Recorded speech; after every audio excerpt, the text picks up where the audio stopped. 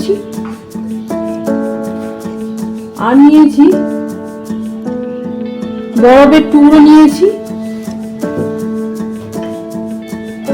আর বাটিতে করে আমি ঠান্ডা জল নিয়েছি, এটা ফ্রিজ থেকে বের করেছি। এই ঠান্ডা জল দিয়ে আমি এটা বানাবো। একদম প্রথমে পেয়ারাগুলো মিক্সিতে আমি দিয়ে দিলাম।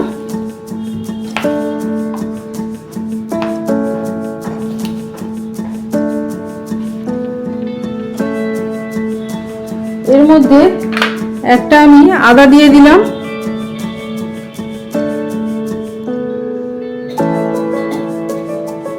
কাঁচা লঙ্কা দিয়ে দিলাম, দিয়ে এটাকে আমি পেস্ট করব। পেস্ট করে নেওয়ার পর দেখাচ্ছি। দেখুন বন্ধুরা, আমি পেস্ট করে নিয়েছি। এবার আমি ঠান্ডা জলের মধ্যে ঢেলে দিলাম।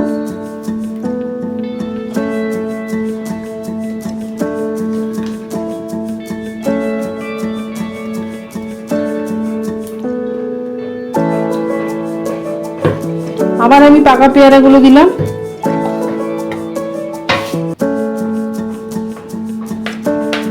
লঙ্কা দিলাম, আদা দিলাম, দিয়ে আমি মিক্সিতে পেস্ট করব। পেস্ট করে নেওয়ার পর দেখাচ্ছি। আবার আমি পেস্ট করে নিয়েছি, এটা আমি ঢেলে নেব। একদম মিহি করে পেস্ট করবেন। জুসটা হালকা হালকা ঝাল আর হালকা হালকা মিষ্টি মিষ্টি লাগবে।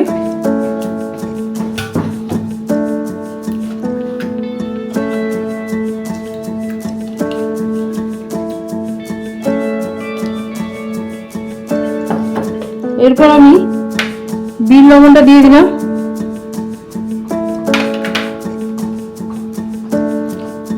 চিনিটা দিলাম, চিনিটা অল্প পরিমাণ দিলাম, দিয়ে ভালো করে আমি মাখিয়ে নেব। মাখিয়ে নেওয়ার পর দেখাচ্ছি। দেখুন বন্ধুরা, আমি এটা পুরো মাখিয়ে নিয়েছি। বিট লবণ, চিনি আর পাকা পেয়ারার পেস্ট একসঙ্গে মাখিয়ে নিয়েছি। এবার আমি ছেঁকে নেব। গ্লাসের মধ্যে আমি ছেঁকে নেব।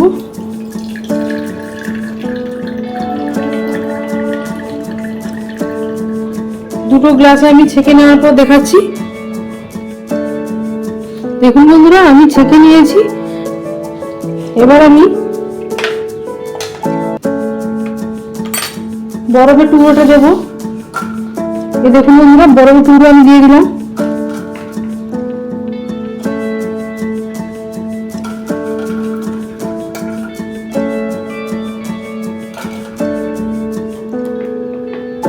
এরপর আমি জিরে গুঁড়ো দিয়ে দিলাম।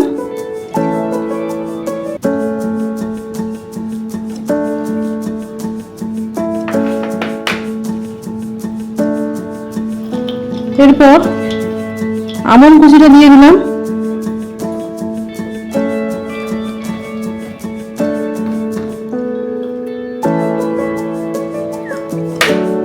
গোয়া বা চিলি জুস রেডি হয়ে গেছে। কত সুন্দর কালার এসেছে আর একদম নতুনত্ব রেসিপি। আর এটা গরমের দিনে বা অন্য যে কোনো সিজনে এটা আপনারা বানিয়ে খেতে পারেন। আমাদের খুব ভালো লাগবে। আমি যেভাবে বানালাম আমরা সেভাবে বানালাম, দেখবেন খুব ভালো লাগবে। আর যদি ভিডিওটা ভালো লেগে থাকে তাহলে বেশি বেশি করে লাইক করুন, শেয়ার করুন, কমেন্ট করুন। আর নতুন নতুন রেসিপি পাবেন, সাবস্ক্রাইব করুন। Thanks for watching.